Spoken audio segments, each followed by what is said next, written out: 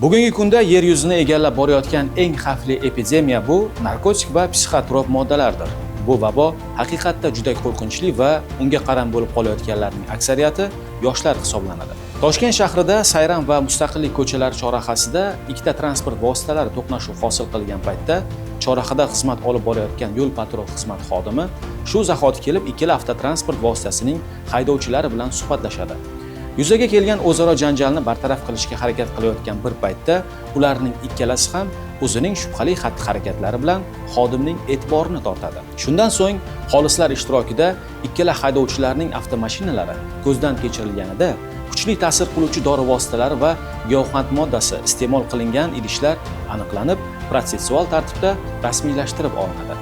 251-modda bilan, ya'ni psixotrop moddalar bilan sudlanib qamalganman. Qilgan ishimdan ancha pushaymonman. Hozirgi paytda 19 yosh bo'lsam, bu narsa rivojlanib ketgan. Iloji boricha o'zim qatori, o'zimdan katta, kichik bolalarga maslahat bermayman. Iloji boricha o'qib, bilim olib, to'g'ri yo'lda yurib, ota-onaning aytganini qilib, kerak bo'lgan ishni qilib, kerak emas narsani chetga chiqarib, faqat kerakli bo'lgan narsaga vaqt ajratishni maslahat beraman. Men shu qiyin ishlarimda hammasidan pushaymonman va hammasini tushunib yetdim. Kech bu narsa, lekin baribir kech shu narsani ko'chada o'ylab tushunib yetishim kerak edi. Karyerangizga ham bitta tochka qo'yilar ekan bo'ldi. Men keyinchalik yaxshi bo'ladi deb o'ylasangiz ham foydasi bo'lmaydi. Yoshman desam ham yoshim 16 yosh, 17 yosh emas. 23 ga qarab ketib qoldim. Vaqtida to'g'ri yurganda hozir bu joyga kelmagan bo'lardim. Eng avvalo, eng siqiladigan, o'ylanadigan mendan ham ko'ra ancha uyimda o'tirgan ota-ona. Makubotni qilolmayman, misol uchun ovqatini berishyapti, boshqa qilishyapti. Hatto uydagilarim, singillarim, ukalarim meni o'ylab kuyinib, aslida men qamoqda emasman, ular qamoqdagi o'xshaydi. Rosa siqilishyapti, ozgina sog'liqlarini ham olib qo'yishgan. Ozodlikni yo'qotdim, ota-onamni yo'qotdim, qadrli yetdim. Bu yo'lda bo'lmasa ekan, bunaqa joylarga tushishni hech kimga tavsiya bermayman. To'g'ri yurgan yaxshi ekan, baribir.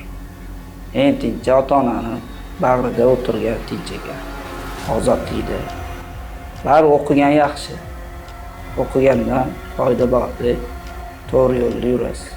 Bekorchilikdan hamma narsa chiqarar ekan. Qilgan ishimdan afsusdaman. Shu yon atrof muhitda hamma gap deb o'ylayman. Shu meni eshitayotganlarga ham hozir tavsiya qilamanki, hamma narsa shu yon atrof, yon muhitga bog'liq deb o'ylayman. Chunki bekordan bekorga yetilmaganda, misol ikkita boyi oldida yursang ham, uchinchi boy sen bo'lasan. Ikkita jinoyatchini oldida yursang, uchinchisi sen bo'lasan deb bekordan bekorga yetilmagan ekan shu gap. Mana mashtaga kelib shu narsaga amin bo'ldim. Hech kimga ishonish kerak emas ekan, hech kimga yaqin tutish kerak emas ekan. Uyinadiganlar, uyingdan yuguradiganlar faqat uyingdagilar, ota-onaning, aka-ukalaring, singil, jigarlaring. Qanaqadir jinoyat qilib qo'yilgandan keyin o'sha bu joyga kelib bosh urilganda kech bo'lib qoladi. Chunki meni boshimdan o'tdi, o'sha boshim urilganda kech bo'ldi deb o'yladim.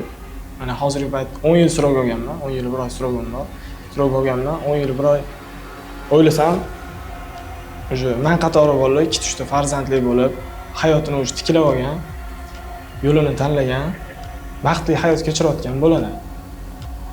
Men qildim, xato ish qildim.